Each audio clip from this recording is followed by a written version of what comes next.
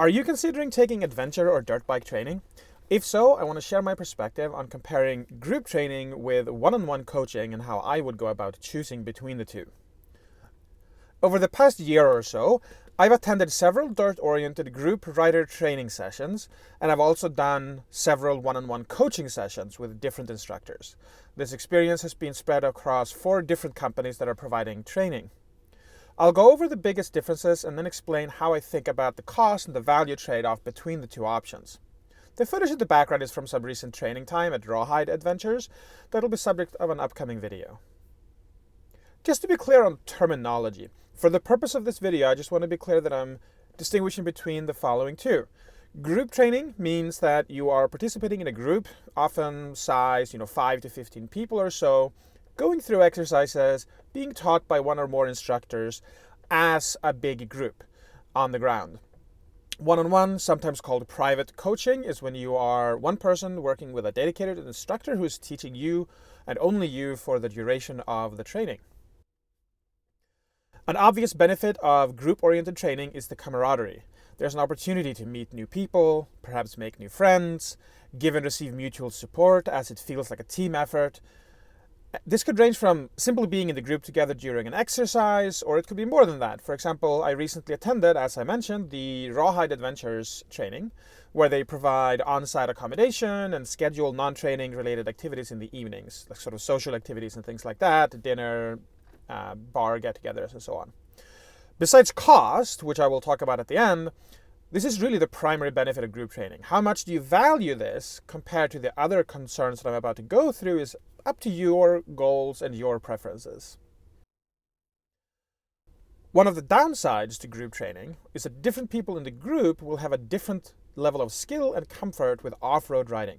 Although training may be split into different levels, you might have a beginner level, an advanced level, and so on, because the company doing the training will try to sort of segment people into different experiences levels.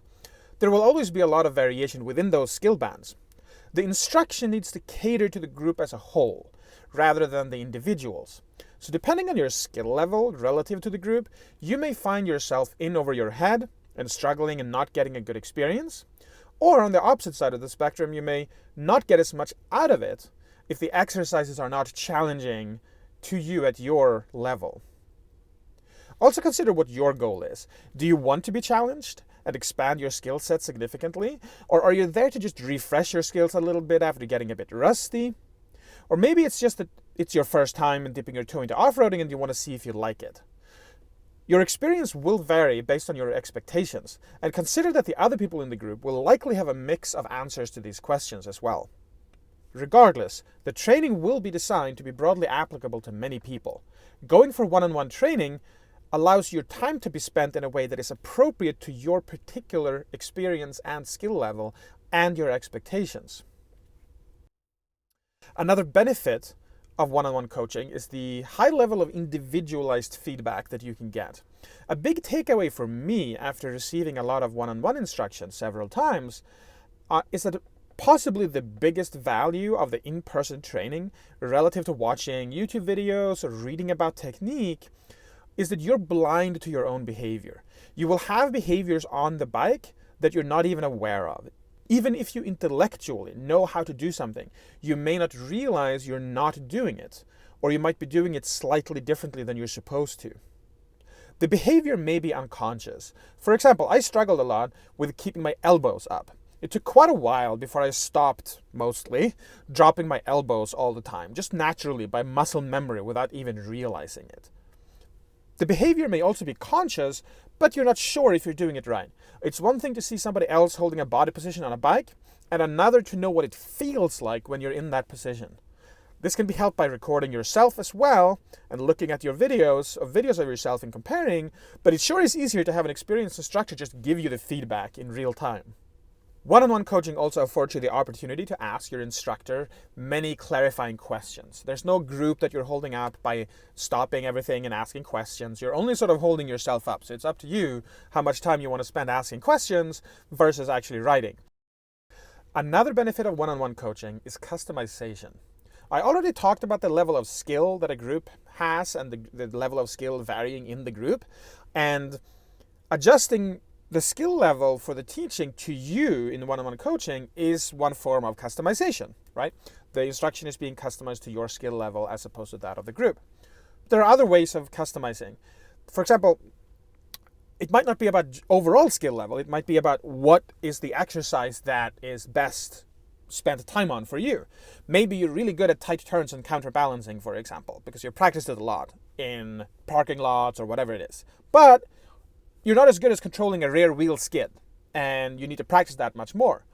You and your instructor can simply choose to spend that time on the latter instead of investing that time on the former. So it's all up to you.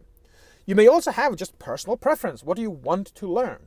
Maybe you really want to get comfortable riding deep sand because you know it's important for the area that you ride in, right?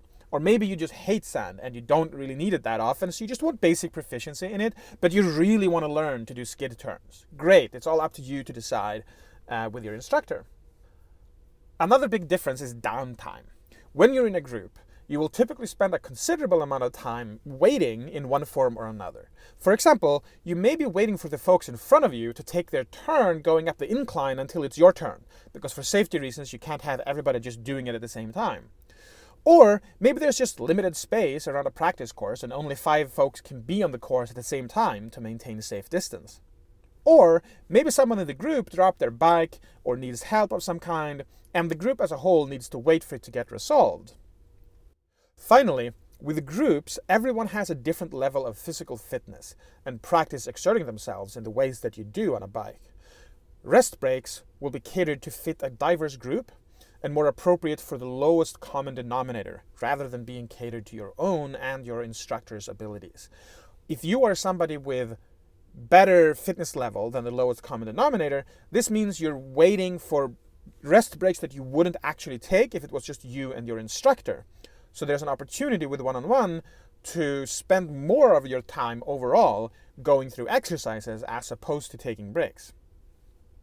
All of those add up to simply using a smaller portion of the time that you have with your instructor on active training. Your actual seat time performing exercises or getting practice may be less than what you would get in one-on-one, depending on your own preferences and fitness levels. I mentioned earlier in the video that cost is a benefit of group training, and it is. Typically, for a given number of hours of training time, you will pay considerably less for a group training than one-on-one coaching. The reasons are clear. There are simply more students to every teacher, which means in order to charge a competitive rate, the cost per hour is less. But there's a difference between the cost of training in absolute terms and the cost effectiveness. We can think of cost effectiveness as the amount of value that you derive per dollar spent. The question is, what is valuable to you? If you mostly want to spend some good time outside in the dirt, enjoying the time with a group, maybe make good friends, then a group training may be much more cost effective for you. If you want to laser focus on building your skill and experience as much as possible, and you don't care about the camaraderie and the social aspect, one-on-one coaching may be much more cost effective for you. I recommend starting by determining what you are looking to get out of the training. How much do you care about the different aspects, the camaraderie, getting the skills built, and so on, being time efficient? Then you have to balance those concerns and decide which option, the group or one-on-one, gives you the most value.